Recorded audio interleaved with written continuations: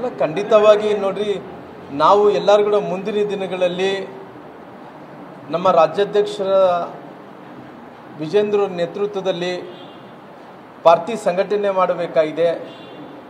ಈ ಕಾಂಗ್ರೆಸ್ಸಿನ ಪಕ್ಷದ ದುರಾಡಳಿತ, ಇವತ್ತಿನ ಜನ ಬೆಲೆ ಏರಿಕೆ ವಿಚಾರ, ರೈತರ ಬೆಳೆದಂಥ ಬೆಂಬಲ ಬೆಲೆ ವಿಚಾರ, ಇವತ್ತು ಎಲ್ಲ ವಿಚಾರದಲ್ಲಿ ಕೂಡ ಈ ಸರ್ಕಾರ ಫೇಲ್ ಆಗಿರೋ ಕಾರಣ ಮುಂದಿನ ದಿನಗಳಲ್ಲಿ ಕೂಡ ಪಾರ್ಟಿ ಸಂಘಟನೆ ಮಾಡಬೇಕು ಅನ್ನೋಂಥ ಕಾರಣದಿಂದ ಎಲ್ಲರೂ ಕೂಡ ಒಟ್ಟಾರೆಯಾಗಿ ಒಂದಾಗಬೇಕು ಅನ್ನೋಂಥ ಮಾತನ್ನು ಕೂಡ ಅವತ್ತು ಹೇಳಿದ್ವಿ, ಇವತ್ತು ಕೂಡ ಹೇಳೋಂಥ ಕೆಲಸ ಮಾಡಿದ್ವಿ.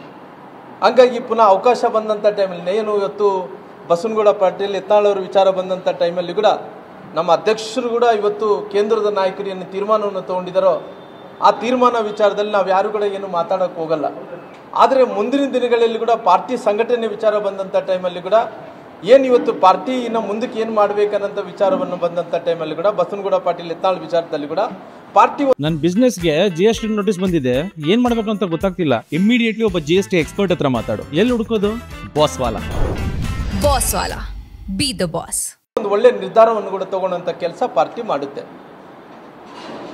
ಸರ್, 6 ವರ್ಷದವರೆಗೂ ಕೂಡ ರಿವೋಕ್ ಮಾಡೋದಕ್ಕೆ ಸಾಧ್ಯತೆ ಇದೆ. ಮತ್ತೆ ಪಕ್ಷಕ್ಕೆ ಬಂದರೆ ನಿಮ್ಮ ಪಕ್ಷಕ್ಕೆ ನಾನು ಉತ್ತರ ಪ್ರದೇಶದಲ್ಲಿದ್ದಂಥ ಉಮಾಭಾರತಿಯವ್ರನ್ನ ಕೂಡ ನಾನು ಅವತ್ತಿನ ಪಾರ್ಟಿ ಅವತ್ತು ಅವ್ರನ್ನ ಉಚ್ಚಾಟನೆ ಮಾಡಿದಂಥ ಟೈಮಲ್ಲಿ ಪುನಃ 6 ವರ್ಷಗಳ ನಂತರ ಅವರು ಪಾರ್ಟಿಗೆ ಬಂದಂಥ ಟೈಮಲ್ಲಿ ಆಲ್ರೆಡಿ ಸುಸ್ತಾಗಿಬಿಟ್ಟಿದ್ದರು. ಅವರು ಸಕ್ರಿಯವಾಗಿ ಅವತ್ತು ಕೆಲಸ ಮಾಡಲಿಕ್ಕೆ ಆಗಲಿಲ್ಲ.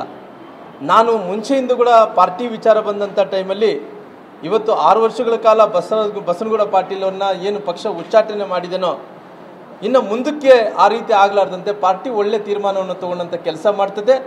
ಇವತ್ತಿರೋಂಥ ವಿಷಯ ಏನಂದ್ರಿಗಿನ ಪಾರ್ಟಿ ವಿಜೇಂದ್ರ ನೇತೃತ್ವದಲ್ಲಿ ಎಲ್ಲ ತಾಲೂಕುಗಳಿಗೆ ಹೋಗಬೇಕು, ಪಾರ್ಟಿ ಕಟ್ಟಬೇಕು, ಪುನಃ ಪಾರ್ಟಿ ಅಧಿಕಾರಕ್ಕೆ ಬರಲ ಸಲ ಏನು ಮಾಡಬೇಕು ಅನ್ನೋಂಥ ವಿಚಾರದ ಬಗ್ಗೆ ಎಲ್ಲ ಕೂಡ ಚರ್ಚೆಗಳಾಗಿದ್ದಾವ, ಹೋರಾಟಗಳು ಕೂಡ ರೂಪುರೇಷೆಗಳು ಕೂಡ ತಯಾರಾಗಿದ್ದಾವ.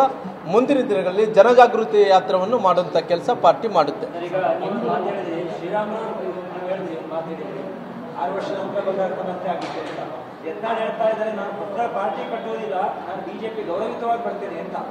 ನೋಡೋಣ, ಪಾರ್ಟಿ ಎಲ್ಲ ವಿಚಾರಗಳನ್ನು ಕೂಡ ಸೂಕ್ಷ್ಮವಾಗಿ ಗಮನಿಸ್ತಾ ಇದೆ.